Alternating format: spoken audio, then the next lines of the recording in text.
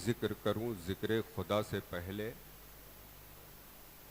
میں کوئی ذکر کروں ذکر خدا سے پہلے، دم نکل جائے میرا ایسی خطا سے پہلے۔ میں کوئی ذکر کروں ذکر خدا سے پہلے، دم نکل جائے میرا ایسی خطا سے پہلے، اور ان کی نسبت سے بچو گے تو نہ بچ پاؤ گے، ان کی نسبت سے بچو گے تو نہ بچ پاؤ گے، قبر میں مصطفیٰ ملتے ہیں خدا سے پہلے۔ ان کی نسبت سے بچو گے تو نہ بچ پاؤ گے، مصطفیٰ قبر میں ملتے ہیں خدا سے پہلے۔ سب سے پہلے میں آپ حضرات کو اس عرص معمار ملت کی دل کی اتھاہ گہرائیوں سے مبارکباد پیش کرتا ہوں، اور عرص معمار ملت میں تشریف لائے ہوئے سبھی مہمانوں کا، علماء کرام کا، شورائے عظام کا، معمار ملت انتظامیہ کمیٹی کی جانب سے دل کی اتھاہ گہرائیوں سے سب کا شکریہ ادا کرتا ہوں، خیر مقدم کرتا ہوں۔ حضرات، آپ نے پوسٹر میں، اشتہار میں جن بھی علماء کرام، شورائے عظام کا نام نامی اسم گرامی پڑھا اور دیکھا ہے، قریب قریب سب کے سب تشریف لا چکے ہیں، کھانا کھانے کے لیے تشریف لے گئے ہیں۔ انشاءاللہ رب العزت ابھی تھوڑی ہی دیر کے بعد وہ رونق کے اسٹیج ہوں گے۔ اپنے ٹانڈا کی بہترین نمائندگی کرنے والا، اس وقت دنیائے سنیت کے خطے خطے میں بڑی محبتوں کے ساتھ سنا جانے والا نامور لہجہ، جسے شاعر ہندوستان عالی جناب ممتاز ٹانڈوی کے نام سے جانتے اور پہچانتے ہیں، وہ تشریف لا چکے ہیں۔ بہت لمبا سفر کر کے یہ ہندوستان کی سرحد و سیما پار کر کے نیپال کی سرزمین کا نمائندگی کرنے والا ایک کداور لہجہ، ایک معتبر لہجہ، ایک خوبصورت آواز، ایک بہترین ترنم، شاعر اہل سنت عالی جناب صادق رضا صاحب نیپالی کی شکل میں منبر نور پر جلوہ بار ہیں۔ ٹانڈا کی بہت ساری آوازیں ہیں، جس انداز میں آپ ممتاز بھائی کو سنتے ہیں، ایک چھوٹے سے پروگرام میں ہم لوگوں کی محبت میں چھوٹے چھوٹے بڑے بڑے جلسے اپنی آواز اور انداز کے بنا پر کامیاب کر دینے والا خوبصورت لہجہ، جسے ہلال ٹانڈوی کے نام سے جانا اور پہچانا جاتا ہے، وہ بھی تشریف لا چکے ہیں۔ کھانا کھا کے ابھی منبر نور پر تشریف لا رہے ہیں۔ آپ نے ہلال کو سنا ہے، ممتاز کو سنا ہے، ٹانڈا میں اتنے شاعر، اتنے مقرر، اتنے حفاظ ہیں کہ سب کا نام شمار نہیں کیا جا سکتا۔ انہی لہجوں میں ایک اور لہجہ ہے جس نے اسی ٹانڈا کی سرزمین سے اپنی نعتیہ شاعری کا آغاز کیا، اور الحمدللہ بڑی مختصر سی مدت میں جس نے شہرتوں کا کوہ ہمالہ طے کر لیا، جسے لفظوں میں نہیں بیان کیا جا سکتا، لفظوں میں نہیں پرویا جا سکتا، اس بہترین آواز اور انداز کے مالک شاعر خوش فکر عالی جناب افروز بلالی صاحب منبر نور پر جلوہ بار ہیں۔ انشاءاللہ ابھی آپ ان سے بھی ملاقات کریں گے، اور بھی علماء کرام ہیں، ان حضرات کے بارے میں جان رہا ہوں، مجھ کو اطلاع ہے، یہ لوگ تشریف لا چکے ہیں۔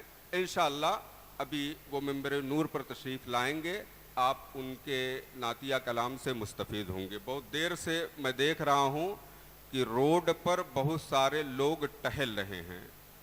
اگر آپ ٹہلنے کے لیے آئے ہیں تو آپ کا ٹہلنا آپ کو مبارک ہو، اور عرص معمار ملت میں تشریف لائے ہیں تو ادب کے ساتھ گزارش ہے کہ آپ اپنی محبتوں کا خراج یہاں بیٹھ کر عرص معمار ملت میں شرکت فرما کے دیں۔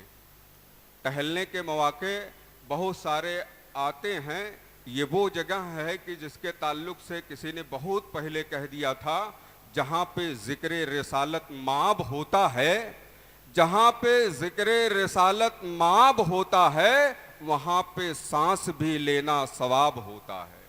تو آپ ایسی بارگاہ میں بیٹھے ہیں جہاں بیٹھ کے کچھ نہ کیجئے،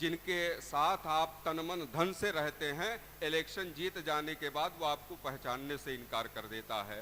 میں اکثر کہا کرتا ہوں کہ کوئی لیڈر نہیں دیں گے نہ سپاہی دیں گے، کوئی لیڈر نہیں دیں گے نہ سپاہی دیں گے، جو خوشی دلی کے محبوب الہی دیں گے۔ اور نام سرکار پہ ہاتھوں کو اٹھاتے تھے یہ، نام سرکار پہ ہاتھوں کو اٹھاتے تھے یہ، روز محشر یہ فرشتے بھی گواہی دیں گے۔ نام سرکار پہ ہاتھوں کو اٹھاتے تھے یہ، روز محشر یہ فرشتے بھی گواہی دیں گے۔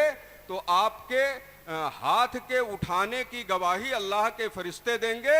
آپ بلا شرم اپنے ہاتھوں کو فضاؤں میں لہرائیں اور محبت سے کہہ دیں یا رسول اللہ، اور محبت سے بولیں یا رسول اللہ، یا رسول اللہ۔